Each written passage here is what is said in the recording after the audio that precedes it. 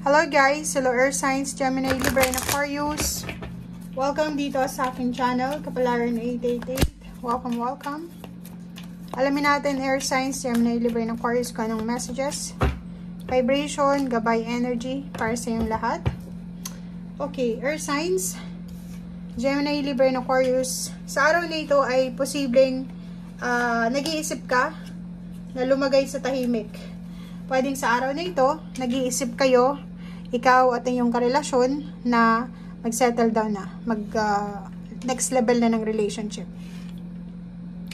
May iba din dito na posibleng nag-iisip ng partnership sa trabaho, negosyo, or sa komunidad.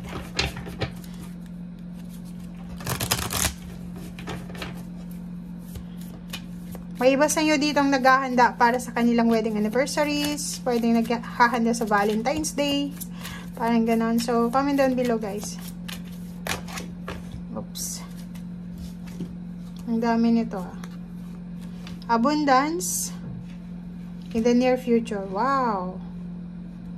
Ang galing. Ang galing na ito. Tingnan nyo yung barahan nyo guys. Ang ganda.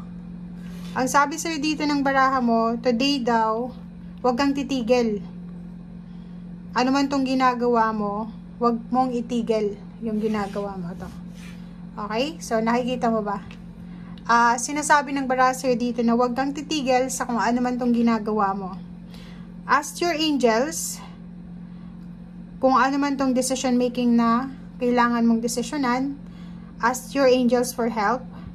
If may mga tao sa paligid mo na pwede mong hinga ng tulong, humingi ka ng tulong sa araw na ito, may parating na mas maganda, may parating na mas maayos, may parating na mas deserve mo. So, it's either relationship siya, or it's either work. And abundance, may parating na abundance sa mga susunod na araw, in the near future. So, near future, malapit na siya. Diba? So, ihanda mo ang sarili mo para sa parating na abundance, para sa mas magandang bagay. Huwag kang titigil hanggat hindi mo nakukuha itong abundance na ito. And for strength and protection, ask your angels. Thank you. Ang galing.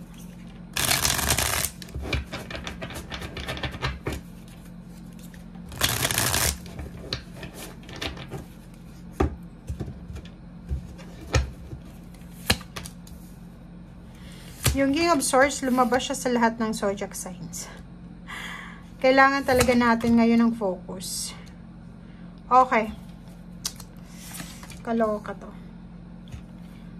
Sinasabi ng baraha sa'yo dito, Earth Signs, Gemini, Libra, and Aquarius, na sa araw na ito, kinakailangan nating mag-focus sa goals natin sa buhay, sa victory and success natin. Kung ano yung gusto mong marating sa buhay. For example, may darating na balita sa araw na ito or kahapon or ng isang araw tungkol sa bagong trabaho. Like may nag-o-offer sa'yo ng bagong trabaho or negosyo or pwedeng pagkakakitaan. Yun ang bigyan natin ng focus. Nandito yung Seven of Swords. Be true to yourself. Diba? Kailangan mong maging totoo sa sarili mo and kailangan maging totoo sa mga tao sa paligid mo. Mag-iingat ka din doon sa mga taong pwedeng sirain yung diskarte mo sa buhay. Pwedeng sirain yung plano mo sa buhay or pwedeng maging dahilan para hindi mo makuha itong money na to na papasukin mo. Four of Pentacles, Three of Swords. Okay, mag-iingat tayo dito. Kailangan mo maging careful kasi may Seven of Swords dito.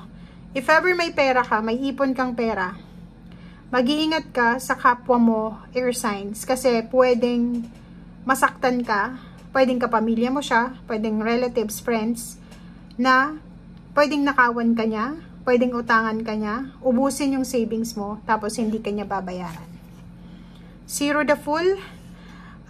Nakikita natin dito yung mga relationship issues na posibleng magsettle na. Pwedeng may mga relationship dito na magkakaroon ng reconciliation. Merong iba sa inyo na papasok sa bagong trabaho.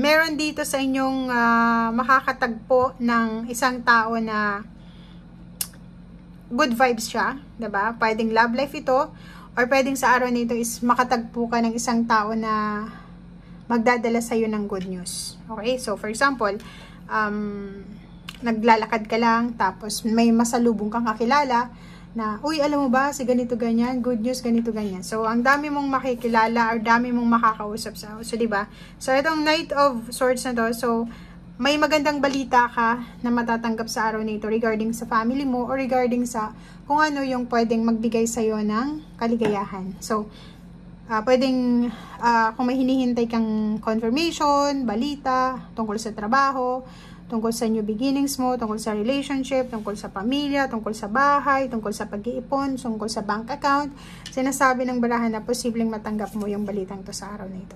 Okay? And Queen of Swords, sinasabi ng baraha sa'yo dito na focus ka lang sa positive. Okay? Mag-focus ka sa positibo kasi may mga nakahanggang project, nakahang na success, victory, abundance na posibleng matuloy na siya. So, may mga hidden blessings na hindi mo pa nakikita. Yung parang, alam mo yun, na feeling mo dati, sobrang ilap ng swerte sa buhay mo. And, parang ngayon, luckily, may darating. Pwedeng yung mga hinihintay mo dati, ay posibleng dumating sa ngayon. Diba? May hinihintay ka. Pwedeng naghihintay ka ng promosyon, naghihintay ka ng mga connection, or kung ano pa man, and biglang darating siya. Oh, celebration, may mga celebration na magaganap kasi may mga birthday, may mga kasal. Masaya yung puso mo. Okay, and mayroon ditong collaboration. May iba ditong magpo-focus sa pag-aaral, pagre-research, pag-seminar, ano pa ba? Seminar research, pag-aaral, pag-negosyo, pakikipag-collaborate. Yun ang nakikita natin. And makakalabas ka sa comfort zone mo. Magkakaroon ka ng freedom. Makikita mo na mas maganda pala sa labas. May mga contract signing dito. Meron din ditong travel, relocation, travel, reconciliation, apology. Meron ditong mga magbabalik sa nakaraan, babalik sa dati nilang relationship. O, 'di ba? Family, may mga pamilya ditong magkakapatawaran. Maayos ulit yung pamilya kasi nandito yung King of Cups and Queen of Cups. Magkakaroon ulit ng stability, balance, and better communication, peace, harmony sa pamilya. Last card is Five of Swords. Sinasabi ng baraha sa'yo dito na may mga tao sa paligid mo, air signs, Gemini, Libra, and Aquarius, na ano sila, masaya sila sa mga nangyayari sa buhay mo, lalo na every time na nagsasuffer ka financially and emotionally. So, wag mong ibigay sa kanila yung gusto nila. So, prioritize peace. Isiping mabuti yung lahat ng decision making. Okay? And, wag nang ihang yung mga decision na to kasi matagal mo nang hinahang, hindi natutuloy. So, sayang yung pagkakalan. Grab the opportunity, guys. Thank you and see you again. Bye!